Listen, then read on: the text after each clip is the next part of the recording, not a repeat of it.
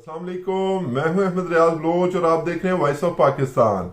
Major Adil Raja साहब जो कि लंदन में बैठ के वीलॉग्स कर रहे हैं और पाकिस्तान में इस वक्त उनके नाम को लेकर एक खलबली सी मच गई है, क्योंकि उन्होंने अदारों के सीनियर अफसरान को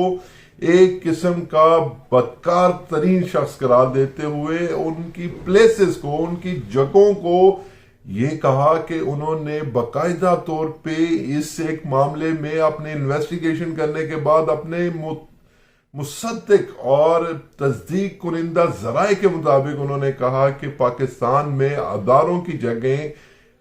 माजल्ला जनाओं के लिए इस्तेमाल हो रही हैं, जना करने के लिए इस्तेमाल हो रही हैं और वो स्पेशल प्लेसेस हैं। इस हवाले से पाकिस्तान में शोबिज इंडस्ट्री से ताल्लुक रखने वाली कुबरा खान, मायरा खान और महविश हयात और एक और जो खातून जो आर्टिस्ट हैं, उन्होंने बाकायदा तौर पे एक किस्म का वावेला मचा रखा है। जबकि मैं आपको ये बताता चलूं कि आदिल राजा के मुतालिक जो भी इंफॉर्मेशन है वो हम आपसे बिल्कुल जरूर शेयर करेंगे, लेकिन यहाँ पे ये बात बताना इंतहाई अहम है कि आदिल राजा साहब ने जो भी उनके निशेष नाम जो लिए थे उनमें कहीं पे भी कुबरा खान, महविश हयात या मायरा खान या किसी भी और आर्टिस्ट के नाम नहीं थे। लेकिन उन्होंने चूंकि जब उन्होंने उनके इनिशियल्स लिए तो उसके बाद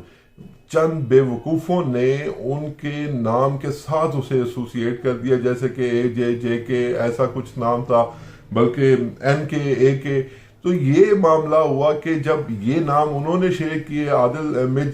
मेजर रिटायर्ड आदिल राजा साहब ने, तो उसके बाद ये मामला हुआ कि कुछ चंद बेवकूफ़ लोगों ने उनके साथ नाम मुंसलिक करके उनकी जो मतलब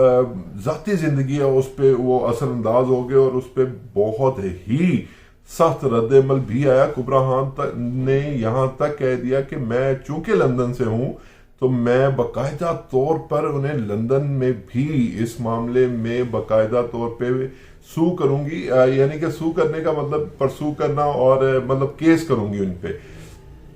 तो वो आदिल राजा साहब ने उस पर वीलॉग बनाया और कहा जी कि भी मैंने तो नाम लिया नहीं, अगर आपने आना है सो बिस्मिल्लाह आए, तो अगर आएंगे तो मैं भी अपने केस के लिए तैयार हूँ। उसके अलावा जो अहम डेवलपमेंट है वो बहुत ही संजीदा नोयत किया और उस पर पाकिस्तान के एक अहम अदारे ISI के हवाले से वो अपडेट है, वो मैं आपको बताता चलूं कि पंजाब में कमांड करने वाले ISI को कमांड करने वाले ब्रिगेडियर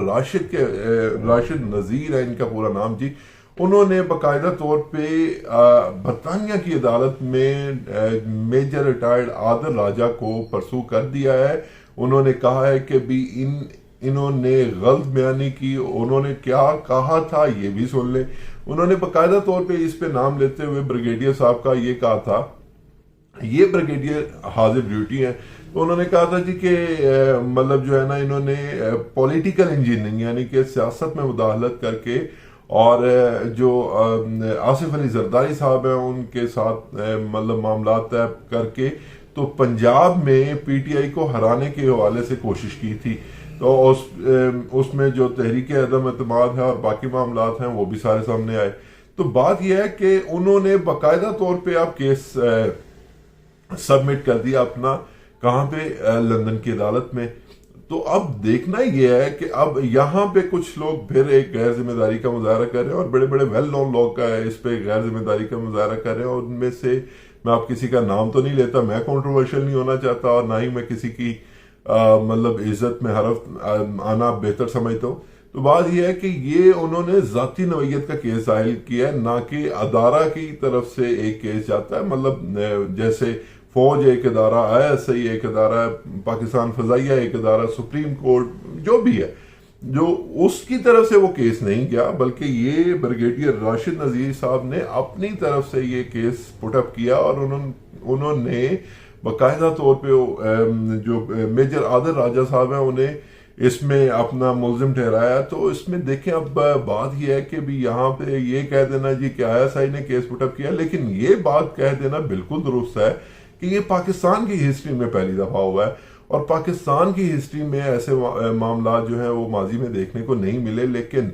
اب یہ معاملہ کب تک چلے گا اور کیسے اس کا فیصلہ ہوگا؟ پاکستان اتنا گند کیوں مچ رہا ہے اور پاکستان میں اس حد تک معاملات خراب کیوں ہو رہے ہیں؟ کبھی عمران خان کے اہلیہ کو حوالے سے گند اچھلنا شروع ہو جاتا ہے، کبھی اداروں کے افسران کے حوالے سے گند اچھلنا شروع ہو جاتا ہے، اور یہ معاملہ کب تک چلتا رہے گا؟ لیکن لندن کے حوالے سے میں آپ کو بتاتا چلوں، برطانیہ کے حوالے سے، چونکہ میں وہاں پہ مقیم بھی رہا ہوں، تو وہاں پہ کیس کے فیصلے اتنی جلدی نہیں ہوا کرتے. اور آپ یہ دیکھیں کہ جو کراچی کے جو ہے ایم کیو ایم کے ہیڈ کرتے تھے الطاف حسین صاحب، ان کے حوالے سے بھی جو معاملات تھے وہ بھی بڑے سنجیدہ نوعیت کے تھے، اور وہ ان کے گھر میں سے باضابطہ طور پہ بہت زیادہ کیش برآمد ہو گیا تھا، لیکن اس کے باوجود بھی ابھی تک ان پہ کوئی فرد جرم عائد نہیں ہو سکی. اس کے بعد پھر جو ہے باقی بہت سارے ایسے معاملات ہیں، جیسے کہ ایم کیو ایم کے ماضی میں ایک جو ان کے ایم کیو ایم کے بڑے ہی اہم رکن تھے، اس کے حوالے سے بھی جو ہے وہ عدالت میں کیس چلتا رہا، پھر پاکستان میں اس کی گرفتاریاں ہوئیں. تو یہ خیر اتنا چھوٹا معاملہ نہیں ہے اور نہ ہی اتنی جلدی یہ منطقی انجام تک پہنچے گا، لیکن معاملہ یہ ہے کہ پاکستان میں جو کہ اس وقت معاشی بدحالی کا بری طرح سے شکار ہے، اس میں ایسی چیزوں کو اگر لایا جا رہا ہے تو اس میں ڈیفینیٹلی پرپس جو ہے وہ کچھ اور ہو سکتا ہے، اور وہ یہ کہ لوگوں کی توجہ جو ہے وہ دوسری طرف جانب گامزن کی جائے. اور یہاں پہ میں آپ کو یہ بھی بہت ضروری بتانا چاہتا ہوں کہ پاکستان کی گورنمنٹ نے باقاعدہ طور پہ جو ہے اس وقت پیٹرولیم کی لیوی 30 روپے بڑھانے کا اعلان کر دیا، جو کہ یعنی کہ اگر پیٹرول جو ہے وہ 230 روپے کا مل رہا ہے تو وہ تقریباً 270 روپے کا، یعنی کہ بالآخر جو ہے وہ جو بلی کا بکرا بنے گی وہ عوام بنے گی، اور عوام سے ہی پیسے وصول کیے جائیں گے، اور عوام ہی مہنگا آٹا بھی لے گی، مہنگا پیٹرول بھی ڈلوائے گی، اس کے بعد کھانے کو گھر میں چیز بھی کوئی نہیں ہوگی، بھوکے فاقے بھی وہی کاٹیں گے. تو ایسے تو میرا خیال میں کیا کچھ بھی نہیں ہوتا عوام نے. عوام کا کیا قصور ہے؟ عوام تو ووٹ دے کے انہیں آگے لاتی ہے. تو اب کرپشن اگر انہوں نے کی تو جا کے نکلوائے ان سے، اگر غیر ذمہ داریاں انہوں نے کی تو جا کے نکلوائے ان سے. ہمارا کیا قصور ہے؟ ایک عام آدمی کا کیا قصور ہے؟ اور یہاں پہ اگر بلاول بھٹو صاحب ایک برانڈ نیو بہترین قسم کے شوز پہن کے ننگے پاؤں بچوں کے ساتھ تصویریں کھنچوائیں گے تو یقیناً ایک معاشرے میں کوئی اچھا پیغام تو نہیں جائے گا نا جی. اب اس صورتحال پہ دیکھیں آپ کے پاکستان میں جو بھی معاملات ہیں، مطلب انرجی سیونگ کے حوالے سے، اس میں انجمن تاجران نہیں مان رہی، کیونکہ وہ دیکھیں نا کاروبار تو آلریڈی نہیں ہے، لوگوں میں قوت خرید ہی نہیں رہی. اور وہ جب کوئی اکا دکا کسٹمر کوئی لیٹ گئے بھی آتا ہے تو وہ اسے بھی اگر وہ ریفیوز کر دیں گے تو پاکستان میں معاملات کہاں جائیں گے؟ تو یہ بڑے اہم پوائنٹ ہیں. اور آخر میں عادل راجہ کے حوالے سے آپ کو بتاتا چلوں، میجر ریٹائرڈ عادل راجہ، انہوں نے جناب 21 سال سروس کیا اور پاکستان آرمی میں کیا، اور یہ پاکستان آرمی کے ہی ایکس آرمی آفیسر